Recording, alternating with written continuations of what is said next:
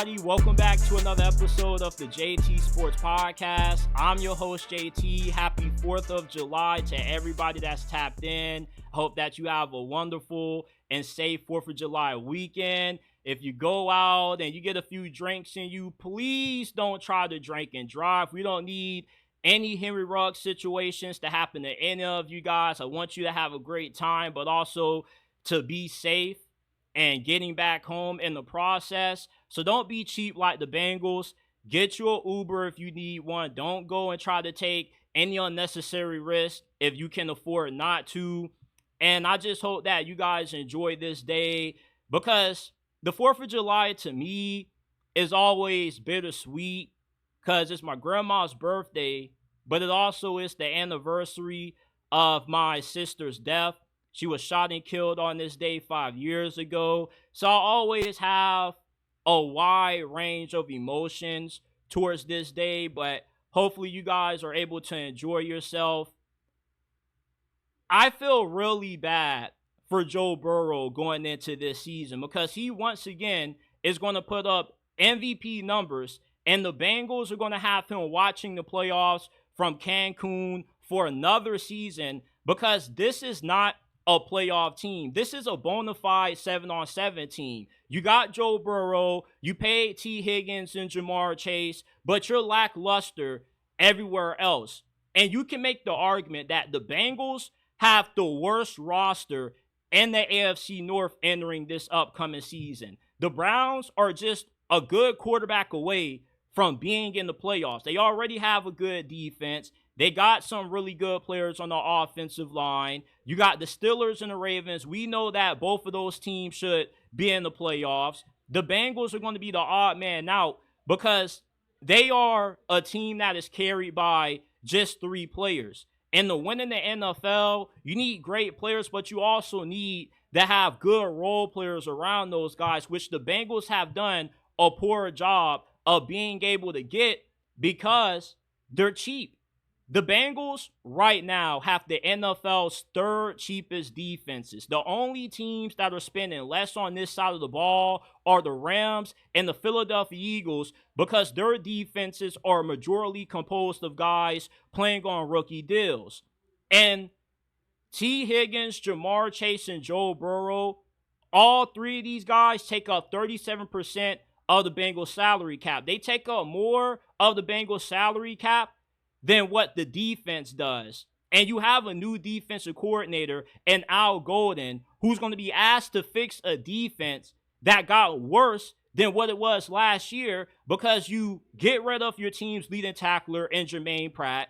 You don't want to pay Trey Hendrickson. You want to lowball him. And then you want to try to lowball the rookie that you drafted in the first round to replace Trey Hendrickson, trying to set a new precedent. Why do you want to try to set a new precedent with a guy who has such a crucial role potentially for this unit improving this year? You are pretty much asking Al Golden to turn boo-boo into gold with what he has to work with on this defense this year. You have a bottom 10 defensive line according to Pro Football Focus right now. You generated pressure on 27.7% of plays without blitzing, which was the 27th worst in the league last year. And without Trey Hendrickson and Shamar Stewart, it's fair to assume that that's only going to get worse. Not only do you have a bottom 10 defensive line, but you have a bottom 5 secondary.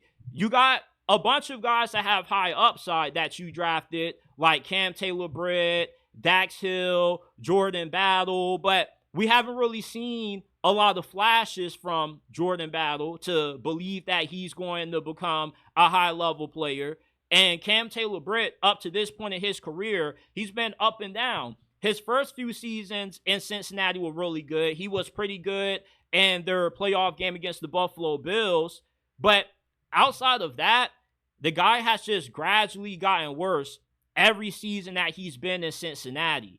And the Bengals, unlike the rest of the teams in the AFC North, they draft worse than everybody else in this division, which is another reason why it's head-scratching that they choose to not repay Trey Hendrickson what he's worth because he has such a big impact on this defense. If you take Trey Hendrickson's production in the sack department off of last year's squad, Cincinnati would have been dead last in sacks last year. You also lost Sam Hubbard to retirement, so that doesn't help neither. The Bengals are just a three-man team, and it's going to be hard for them to survive this season with how difficult the AFC North is going to be. And plus, you got a head coach on the hot seat. Zach Taylor, my bold prediction for this year is that he gets fired, and he may not even last through the season because I can see the Bengals winning 7 to 8 games this year. You may think that's crazy, but is it really? Think about this. The Bengals are viewed as a better team than Pittsburgh right now by most people because they have the better quarterback situation than Pittsburgh. But Pittsburgh has the better overall team than what Cincinnati has. If you just eliminate quarterback when it comes to comparing both the Steelers and the Steelers by far have the way better constructed team than what the Bengals do. And the Steelers have made it to the playoffs for the past 2 years with worse quarterback play than what the Bengals have had. And even when Joe Burrow got injured 2 years ago and Jake Browning came in, you can make the argument that Mike Tomlin was winning with a Jake Browning level quarterback for the past couple of seasons that Pittsburgh has overachieved and got into the dance. The Bengals are just too top heavy to be viewed as a playoff squad. I'll have to see it to believe it. I'm willing to bet a lot of money that Cincinnati misses the playoffs again because in the AFC, this conference is only getting better. Not only do you have a bunch of great quarterbacks in this conference, but you also have some of the best teams in the NFL playing in it. The Buffalo Bills, you got the Baltimore Ravens, who you share a division with, the Kansas City Chiefs. It's just tough to win in this conference being all offense. You essentially have to ask Joe Burrow and this offense to be completely flawless for the Bengals to have a chance at winning. You got to put up at least 35, 40 points per game with how bad this defense looks right now. And I get that you do have a new defensive coordinator, but you're asking a lot out of Al Golden to improve a defense that you got from the dollar store.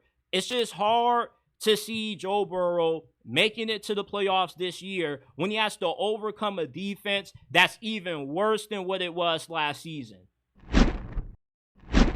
I am getting sick and tired of folks hating on Aaron Rodgers because if he would have went to the Minnesota Vikings, or if Matthew Stafford would have went elsewhere or retired and the Rams signed him, he wouldn't be getting this amount of criticism. He's only getting hated on because of the belief from the media that the Steelers need to rebuild instead of trying to win with a bunch of aging veterans. Look, Aaron Rodgers is still good enough to get the Steelers to the playoffs and possibly win a playoff game. Mike Tomlin has gone into his last 2 playoff games with a plastic knife and a gunfight. In the AFC, where you have guys that play quarterback, especially with Pittsburgh having to play the last 2 MVPs in the first round for the last 2 seasons, you are asking a lot out of Mike Tomlin to win when you got a regressing Russell Wilson, Mason Rudolph going up against Josh Allen and Lamar Jackson. Quarterback play means everything in the AFC. You might be able to win playoff games in the NFC with average quarterback play, but that doesn't fly in this conference. With Aaron Rodgers, if he can at least be solid, that's good enough for the Steelers to have a really good season where they could win anywhere between 10 to 12 games. We know that the defense is going to be good. The only reason why the defense drops off in the second half of the season and in the playoffs, it's because of how inefficient the quarterback play is. And I don't know how many times I got to reiterate this point. I'm actually getting tired of saying this because you think it would be common sense to people that claim they know football so much, that get paid millions of dollars to talk about this game, who criticize how bad the Steelers defense plays in the postseason, but they leave out the amount of snaps that this defense is on the field for. Let's do some simple math, people. If the offense is going 3 and out, 3 and out, 3 and out, 3 and out, 3 and out with bad quarterback playing, the defense is on the field for times 5 more snaps than what the other team's defense is on the field for. What do you think the defense is going to do? They're going to get worn out. They're going to get tired.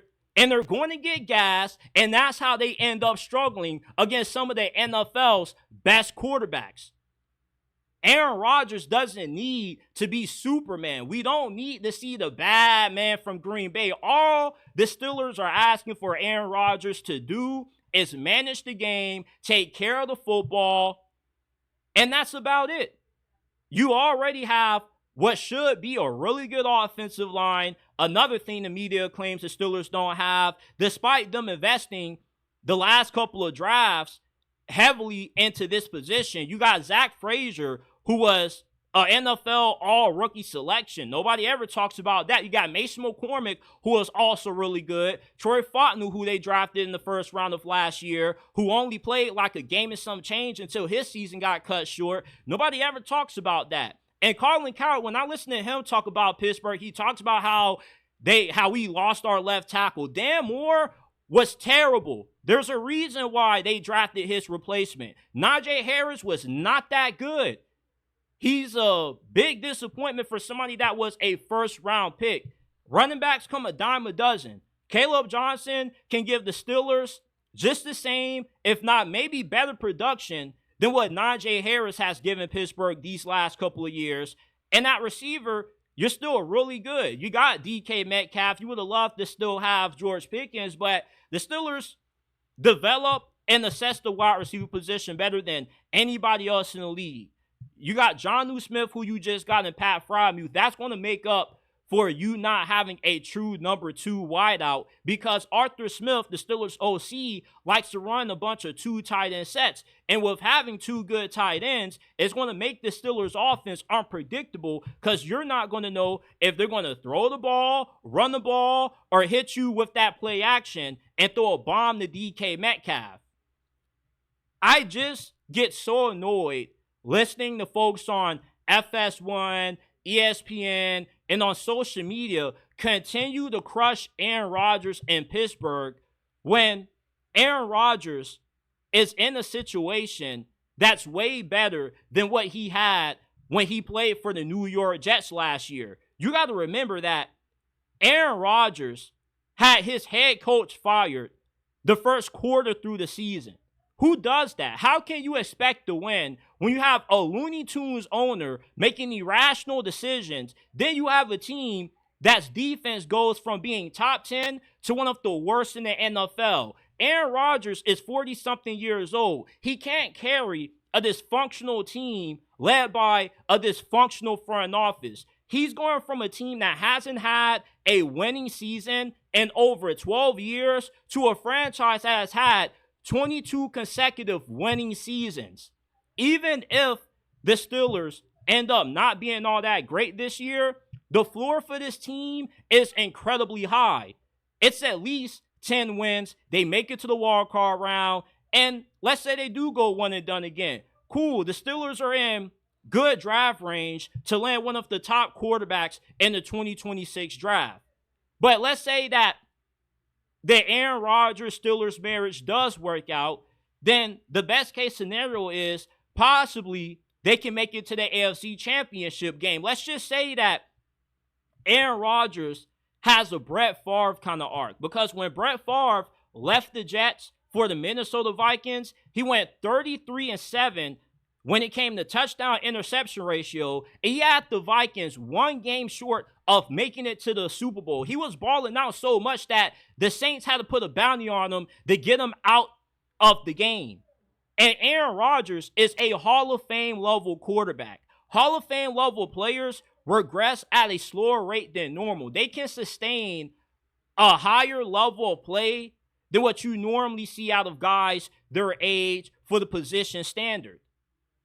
For a guy that threw 28 touchdowns and 11 interceptions to be called washed, that's high praise. Because most quarterbacks that throw 28 touchdowns, only 11 picks, that's probably the best season of their career. So for Aaron Rodgers to do that in such a dysfunctional situation that he was in last year on the Jets gives the Steelers a lot of optimism that he is going to be good enough to have this team be able to win a playoff game and possibly maybe make it to the AFC Championship. That's the furthest I think that the Steelers can go. Now, if you believe that the Steelers can be a playoff team and also contend for the Super Bowl, I'm not going to completely disagree with that. Although I would say, okay, you're drinking too much of the Kool-Aid with Aaron Rodgers, but the games get played for a reason. And we've seen a bunch of teams make random Super Bowl runs. The Bengals were in the Super Bowl 3 years ago when they had a terrible offensive line and a defense that was above average. It doesn't matter how you get to the playoffs, because once you get there, anything can happen. So Aaron Rodgers, the amount of hate that he's getting, it's just freaking ridiculous to me. The dude is not washed. The dude still has one more good season left in him before he rides off to the sunset. And I feel like this is the best way for him to go out. He plays for one of the most storied franchises in the NFL. He ends their damn near decade-long playoff drought, or at least their decade-long drought without a playoff win, and he can retire on a high note and lead the Steelers in a better situation than what they were before he arrived. Because if he can help Will Howard develop, cool, the Steelers may have a long-term answer at quarterback. If not, then hey, at least the Steelers got a playoff win out of it. Mike Tomlin gets a little bit of hot seat talk about him to chill down a little bit. I feel this is going to work out. I just don't understand the logic for all of the Aaron Rodgers hate. Because if you watch the games, Aaron Rodgers was still a damn good quarterback last season, regardless of the record. Wins are not a quarterback stat. It's a team stat. And you can't put all of the New York Jets' shortcomings last season all on the shoulders of Aaron Rodgers. Was he responsible in the disaster that the Jets were last season? Absolutely. I'm not excusing Aaron Rodgers from any accountability, because some of the players that the Jets had on that offense, Aaron Rodgers wanted, like Alan Lazard. He wanted Nathaniel Hackett to be the offensive coordinator. So he does deserve at least 30% of the blame, but 70% of the rest of it goes to the New York Jets' dysfunctional organization. Aaron Rodgers is going to win in Pittsburgh, and I'm pretty confident that the Steelers win at least one playoff game with Aaron Rodgers this year. The guy is not washed. We got to stop the Aaron Rodgers hate. When teams play the Chargers this year, they can expect to get bullied and tossed around like a salad for 4 quarters, because that's the kind of brand of football that Jim Harbaugh is going to have this team playing this year. They're not trying to beat you by throwing the football all over the field for 30, 40 points per game. They want to run the football down your throat, and they want to absolutely ground and pound you to the point where their rushing attack gives you a big headache. And that's what the Chargers are going to be able to do with the addition of Omarion Hampton, who they drafted in the first round of this past year's draft. It should be a crime for a guy who's 6 feet, 221 pounds, to move the way that Omarion Hampton can. He ran 4.46 at the combine. Last season at North Carolina, he had over 1,500 yards, 15 touchdowns, and he was averaging doggone near 6 yards per attempt. And when you get Omarion Hampton into the open field one-on-one, good luck to whoever has to bring him down by themselves, because you're going to be unable to. The past 2 years that he's played college football, he's been number 1 and number 2 in yards after contact.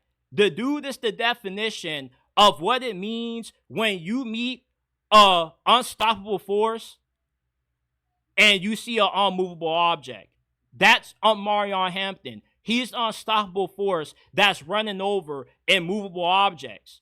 And with the addition of Najee Harris in free agency, who has just the exact same playing style as what Omarion Hampton has, who can also make guys miss after contact, also has the ability to break a lot of tackles. This is going to be the bullies of the NFL at running back.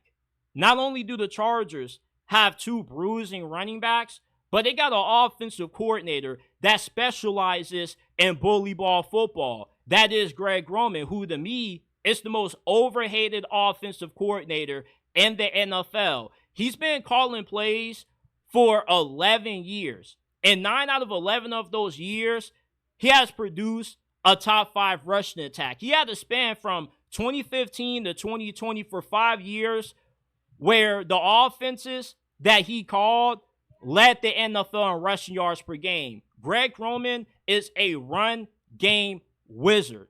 And with what he's getting to work with at running back, along with the Chargers improving their offensive line, this rushing attack is going to be a headache machine for opposing defenses, because the more that you have to tackle these two brute forces, the more you're going to get tired, worn down, and by the time you get to the fourth quarter, you're going to be telling the medical staff, hey, I need to pop me a Tylenol because I have a big migraine from trying to tackle Omarion Hampton and Najee Harris.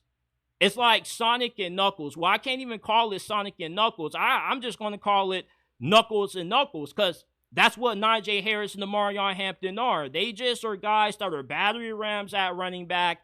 And the way that the Chargers are going to wear teams down is that for the first 3 quarters, they're not trying to get explosive runs. They're not trying to get home runs, one-play touchdowns on the ground.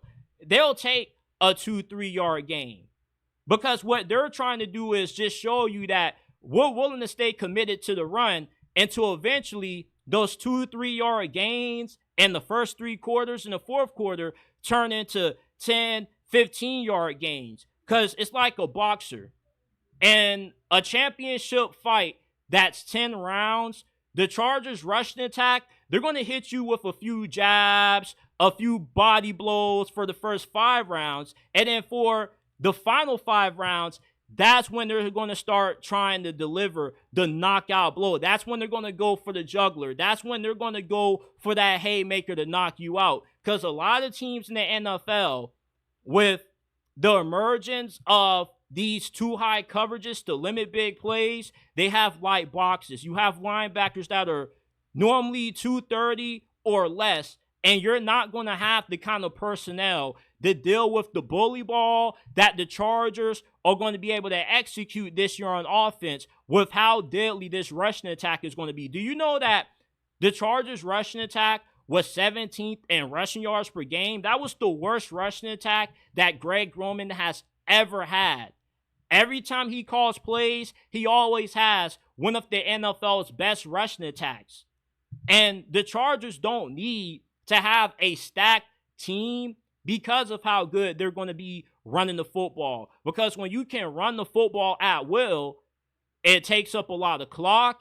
It keeps the other team's defense on the field, their quarterback off the field, and it gets the Chargers defense a lot of time to get rested up on the sidelines. The Chargers rushing attack is going to be giving out headaches all season long this year.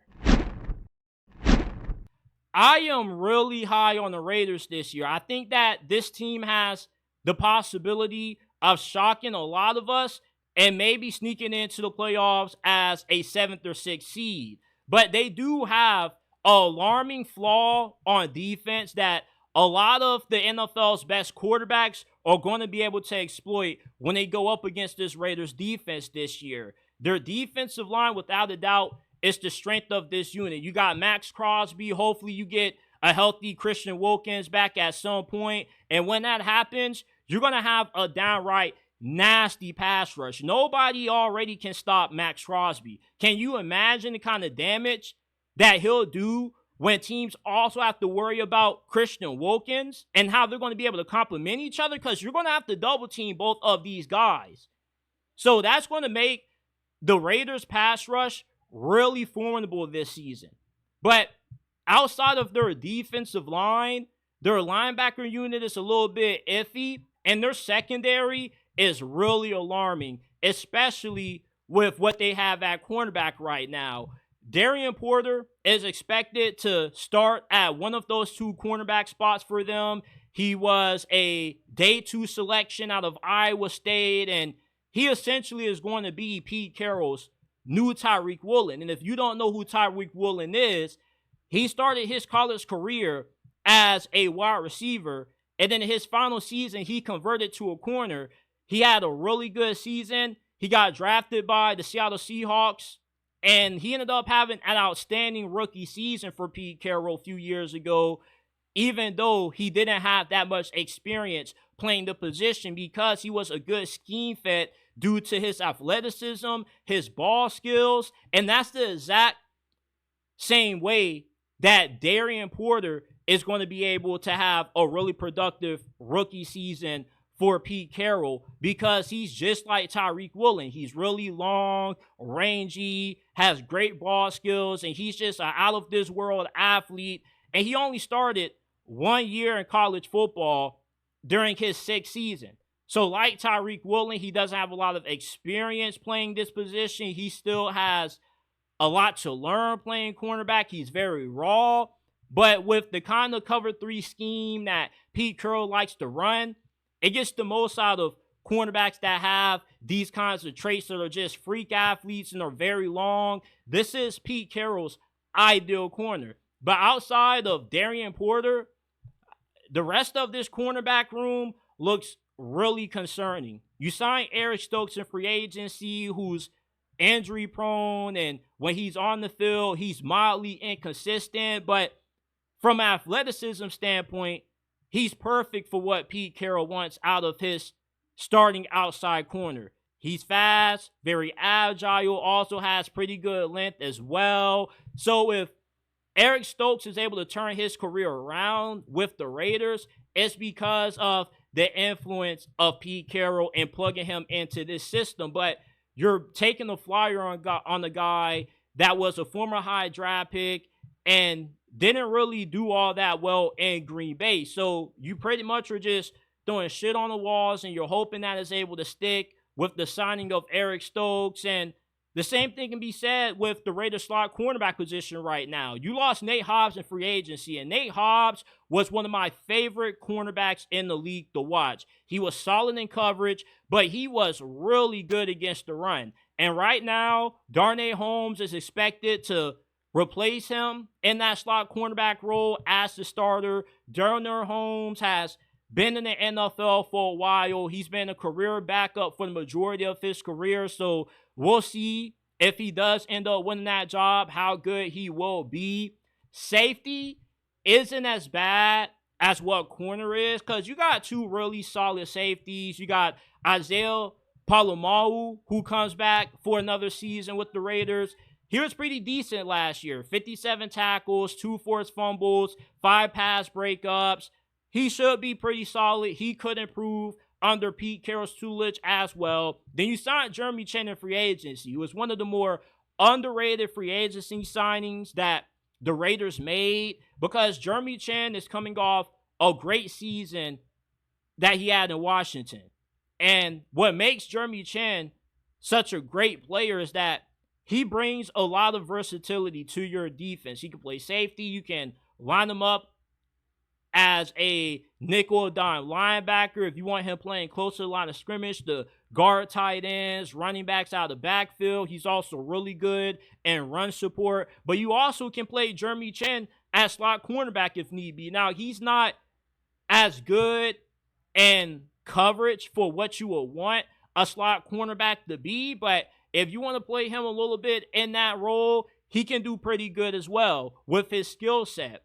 But the Raiders secondary overall, it's just a huge flaw that is going to be easy pickings for any of the quarterbacks that they played this year, especially with them being in the division with Patrick Mahomes, Bo Nix, and Justin Herbert. They're going to be licking their chops when they see this Raiders secondary, unless they can get a healthy Christian Wilkins to pair up with Max Crosby, that's the only way this secondary is going to have a chance of being able to overcome the flaws that they have in certain areas. Because when you got a good pass rush, you don't really have to worry about the guys that you have playing cornerback, because the pass rush isn't going to allow the quarterback to have that much time to throw the football anyway. But secondary definitely is a really big flaw that the Raiders weren't able to really fully address this offseason, and we'll see how this will impact their performance this upcoming year. I am taking the Atlanta Falcons to win the NFC South this year. The Buccaneers have been the heavy favorite to win this division for the 4th straight year in a row, but I like Atlanta to get the job done for a variety of different reasons. One, Kirk Cousins isn't starting this year. Last season, Kirk Cousins played outstanding football for the first half of the season, and then all of a sudden, during the second half, he just forgot how to play quarterback, and he threw away the NFC South title for Atlanta, which is why Michael Penix had to come in and somewhat try to salvage what was left of the season. And when Michael Penix was in replace of Kirk Cousins, he showed a lot of promise. The dude has a RPG for a left arm.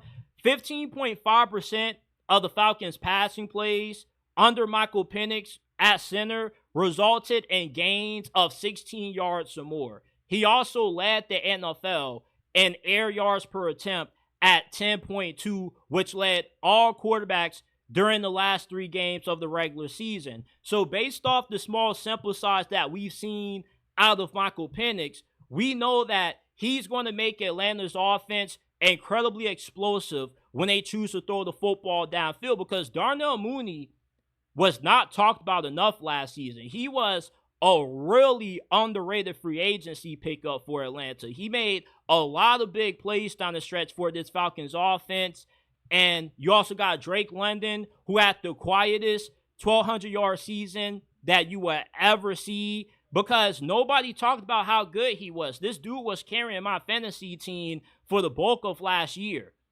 And you got Bijan Robinson, who is now starting to really cement himself as a top 3, top 5 back in the league. And we could see Bijan Robinson be even better this year than what he was last season, because it looks like the Falcons are going to feature him more in the pass game. Because what made Bijan Robinson such a highly regarded prospect when he was coming out of Texas was that he was a weapon. He wasn't just a good running back, but you can line him out at wide receiver. You can put him in the slot, and he's good enough as a route runner to be on par with a wide receiver 3. So if the Falcons utilize him more as just an all-around weapon, similarly to how the Lions used Jahmyr Gibbs, we could see him possibly be an all-pro this year. So the Falcons are not lacking in talent on offense. They got a bunch of guys that are capable of going off on any given Saturday.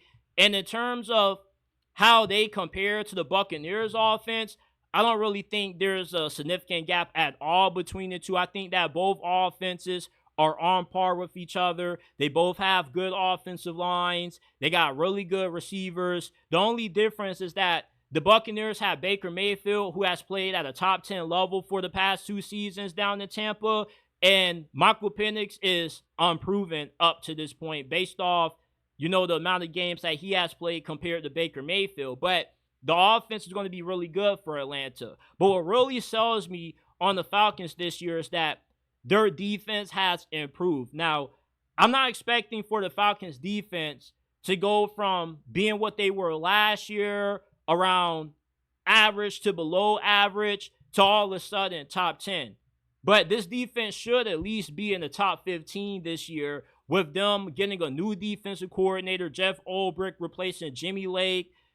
Jimmy Lake's scheme was really bad. It didn't maximize the talent that the Falcons had on that side of the ball, and it got shredded by Bo Nix and a bunch of other of the best quarterbacks that the Falcons went up against. And they were bad in third down and red zone situations. They had the second worst third down defense in the league last season, and they also had a red zone defense that was unable to stop teams from walking away with touchdowns. With Jeff Ulbrich coming from that Robert Saleh coaching tree, you're hoping that the offense can at least take a step or two and improvement. And if that happens with how potent this offense should be, that will be good enough for the Falcons to win this division, because the NFC South is really a two-team race. It comes down to them and the Buccaneers. The Panthers still have a lot of holes that they have to address, and the Saints are pretty much irrelevant with their quarterback situation. And Raheem Morris got over on Todd Bowles last year. Okay, he went 2-0 with Kirk Cousins. And if it wasn't for Kirk Cousins feeling generous and playing like garbage to give the Buccaneers back the division title for a third straight season, the Falcons would have won this division. So this year, although there's not a lot of confidence in Raheem Morris, I believe in the Falcons being a playoff team because they have Michael Penix, because they have improved their defense, not just with bringing in Jeff Ulbrich to replace Jimmy Lake, but they also made two really good free agency signings. You got Leonard Floyd, a guy who's coming off a 8.5 sack season with the 49ers last year. Linebacker Divine Diablo has improved the last couple of years that he was with the Raiders. He was initially a safety that converted to linebacker. He's really good in coverage. His run defense has also improved as well. He should be a really pivotal part of this Falcons defense this year. And the rookies that the Falcons have coming into this season are going to be really good. They had a really good draft class. You double dipped in the first round at edge with Jalen Walker and James Pierce Jr., two of the most freakishly gifted edge rushers in this draft class. Then you got defensive backs Billy Bowman and Xavier Watts, who are two of my favorite DBs in the draft also. So you got a rookie class that should have a big impact on how good this team is going to be this year. So I'm taking the Falcons to win the NFC South this year. I have more faith in this team than I do the Bucs because of just the amount of talent that the Falcons have, the fact that we saw the Falcons sweep the Buccaneers last year, and Todd Bowles isn't a good coach, and you're asking him to strike gold for a third straight season, having to replace another offensive coordinator. This would be the Bucs' third OC in the past 3 seasons, and when you got a defensive-minded coach in charge, normally he ends up whiffing on an offensive coordinator hire or two, so that's why the Buccaneers' offense will regress somewhat, despite how much star power they have on that side. And the Falcons are just due to win this division because the gap between them and the Buccaneers in terms of talent is not really that wide. So even if you don't believe in Raheem Morris, do you believe in the coach that lost him twice last season? Yeah, give me the Falcons to win the NFC South this year. There's a lot of people that are wrong about what the New York Jets are right now under new head coach Aaron Glenn. The New York Jets are not rebuilding this season. This is a team that is built to win now because Aaron Glenn, being the Lions defensive coordinator for the past couple of years, being a defensive-minded coach, he takes over a defense that has the capability of being a top 10 unit in the league this year. You got a really good secondary led by Sauce Gardner. You got a really nasty pass rush. Quinnen Williams, Jermaine Johnson, Will McDonald. It just goes on and on and on, the amount of talent that the Jets have on this defense. So if Aaron Glenn is as good as a defensive mind as he's been hyped up to be based on his time in Detroit, the Jets defense should go back to playing at the level that it was under Robert Saleh when he was still the head coach of this squad. When Robert Saleh got fired, the Jets went from having a top 10 defense to one of the worst defenses in the NFL. Now that you have a defensive guy taking over a defense that is extremely talented, it's fair to expect that this is going to be a really good unit this year. And offensively, the New York Jets are just as stacked on this side of the ball as what they are on defense. They have invested a lot of draft capital into shoring up this offensive line. This offensive line has 3 first-round picks on it. Not only do they have an offensive line that has 3 first-round picks, but they also have an offense that is relatively very young and extremely talented. At running back, you're going to have a monster backfield with Brees Hall, who's looking to bounce back from a disappointing 2024 campaign. Then you got this monster in Braylon Allen, who I don't even know how he's allowed to play in the NFL, because for a guy to be this massive and to have this much acceleration as what Braylon Allen has should just be downright illegal. And Garrett Wilson has cemented himself as one of the top receivers in the game. To me, he's a top 6 receiver right now. He doesn't really get talked about that much because he plays on the Jets, and the Jets really aren't that good, and they never really get shown in a bunch of primetime spots. So a lot of folks don't really get to see how good Garrett Wilson is. And he's reuniting with his former college quarterback at Ohio State and Justin Fields. And Justin Fields, how well he plays this year is going to determine if the Jets make it to the playoffs or not. And Justin Fields is in the best situation with the Jets that he's been in his entire NFL career. He didn't have a good offensive line in Chicago. And in Pittsburgh, he didn't really have a scheme that was really tailored around him. Well, this Jets offense is built for Justin Fields because they're going to be able to utilize his athleticism very well. They have an offensive coordinator that comes from under the Jim Harbaugh coaching tree, so he's going to specialize in being able to get the most out of the ground game, which is going to include utilizing Justin Fields' legs and also probably get some RPOs sprinkled in there, get some zone reads as well, which is going to lighten up the box, because then once you get the ground game going with Justin Fields, then they can beat you over the top with play action. And what never gets talked about with Justin Fields, as much as he gets criticized for not being that accurate, he's one of the best deep ball throwers in the league.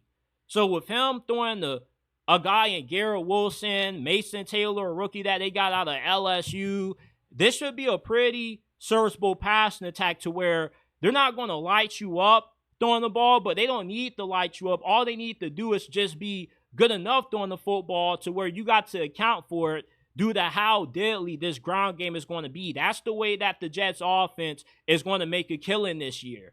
And the New York Jets just overall have been pretty well constructed with how their previous generation, their general manager, Joe Douglas, was able to dominate in the draft. He found a bunch of studs in the early rounds, in the later portions of the draft as well. And that's why the Jets, what everybody is missing about this team entering their first season under Aaron Glenn, is that they are a team that can win now as long as Justin Fields plays good football. And I believe he can do that because the last couple of years we've seen Sam Darnold, Baker Mayfield, Geno Smith be able to have their career redemption arc.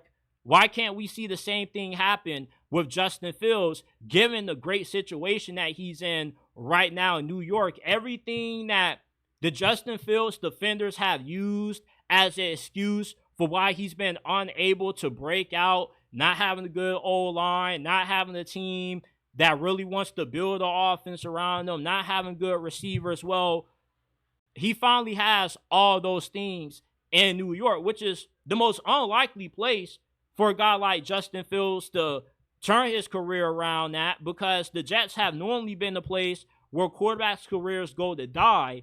But with how they are constructed, with a head coach that believes in him, Justin Fields has everything around him where we can see him finally show some glimpses and some promise that he can be a long-term starting quarterback in this league. Sometimes it takes guys a lot longer to develop and get it than others, and this is Justin Fields' 5th season, and he's still living off potential. Aaron Glenn, when he was the coordinator of the Lions and Justin Fields was still playing for the Chicago Bears, he had a first-round seat to how good this brother can be when he's playing his best football, which is MVP level, when he's able to put it all together. So with the offense that they have built around Justin Fields, including the scheme that they're going to be running, I would not be shocked if we see Justin Fields have a breakout season. And when that happens, you can count on the Jets being in the playoffs because they arguably are the best team in this division from just a talent standpoint. They drive better than Buffalo, and they got a lot more high-end talent than what the Bills have. So really, all they just need is some good quarterback play, and this team will be in the playoffs. Last night when I was laying down in bed and I was scrolling through my Instagram feed, I got blessed to come across some Tavon Austin NFL highlights. And when I was watching them, it had me reminiscing on my childhood days when I used to be arguing with my homies in elementary school. Who was better, Tavon Austin or Anthony Thomas?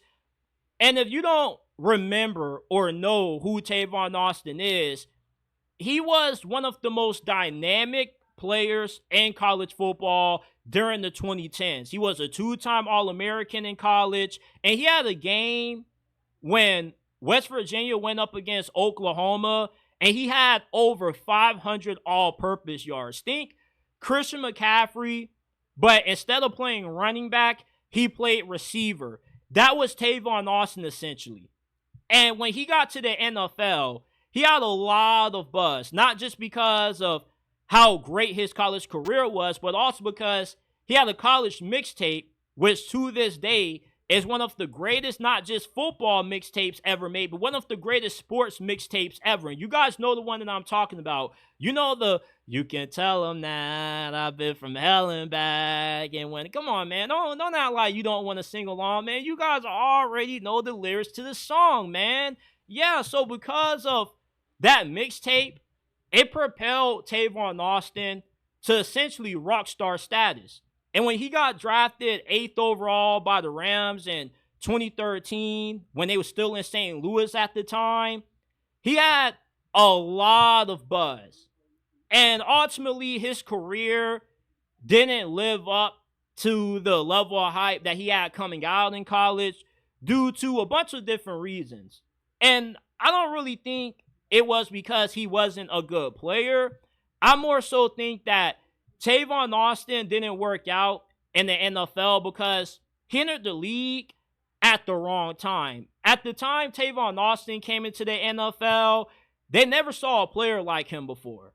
So they didn't really know the best way to utilize his skill set.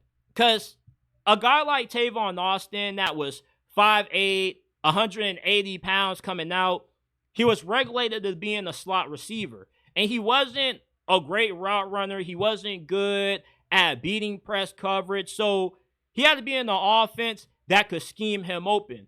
And if he would have gotten drafted within the last 3 years with guys like Mike McDaniel and Kyle Shanahan being around, if he would have went to one of those dudes, he would have had a much better career than what he had, which his career was pretty good. You know, he didn't live up to the high expectations, but he played 9 years in the league, which is really good. So if you can play that long in the league, I can't call you a bust. But considering just how electric he was at West Virginia, it definitely was a huge letdown. And what held back Tavon Austin in the NFL was that he was viewed more as a gadget player. Nobody really tried to take the time to build a true offense around him. Because a guy like Tavon Austin, who you have to manufacture touches, who you have to scheme open, you have to get him out in space, you got to have a really creative offensive coordinator. And unfortunately, he didn't really have that when he got drafted by Jeff Fisher, who was more so a defensive guy. And he did have a little bit of success. His second and third season, the Rams got a lot better at finding ways to get him the ball, but not really up to a high enough level to where he really ended up becoming a Pro Bowler or all-pro level player, which is what the expectation was for him when he got drafted in the top 10. And when Sean McVay took over for Jeff Fisher after he got fired, you would have thought that he would have been able to find a way to utilize Tavon Austin in a way that could finally take his career to the next level. And all that happened is that Sean McVay pretty much ghosted him because he didn't even know how to use Tavon Austin. And with the league at the time not really seeing a bunch of players like him until the Tyreek Hills of the world came around, it just was a huge disservice to him because the NFL is just too small-minded to figure out a way to really maximize all of his abilities. And as I said earlier, I don't think that he's a bust. If you play 9 years in the league, you're a good player. At least compared to the average person that doesn't make it to the league. Now, from NFL standards, he was more so a good role player. He was a really good kickoff returner and punt returner. But other than that, he wasn't really doing much other than those things. He'll have a few splash plays here and there. But injuries also derailed him also. And it's just he entered the NFL at the wrong time. The league just wasn't prepared for a guy of Tavon Austin's skill set to come into the league when it was still a big man's game, because there still weren't really teams that ran a lot of 3 wide receiver sets. You still had teams that wanted the Brandon Marshalls and Julio Jones of the world, the big cyborgs at receiver instead of the big shifty slot guy. Now, 10 years later, with the NFL running majority 3 wide receiver sets a good amount of the time, Tavon Austin would have been better suited to thrive in this new era of the NFL than what he was when he got drafted. So I don't really think that Tavon Austin's career was a huge disappointment per se, but he definitely didn't really live up to the hype. I think more so of it was because of that mixtape that he had at West Virginia that went viral, and it kind of made him somewhat of a superhero figure in a way. But I still view Tavon Austin as a legend in my heart. When I think of Tavon Austin, I remember him from what he did at West Virginia, and eventually he should get a spot in the College Football Hall of Fame because you don't see too many 2-time All-Americans that often. And he was a really fun player to watch.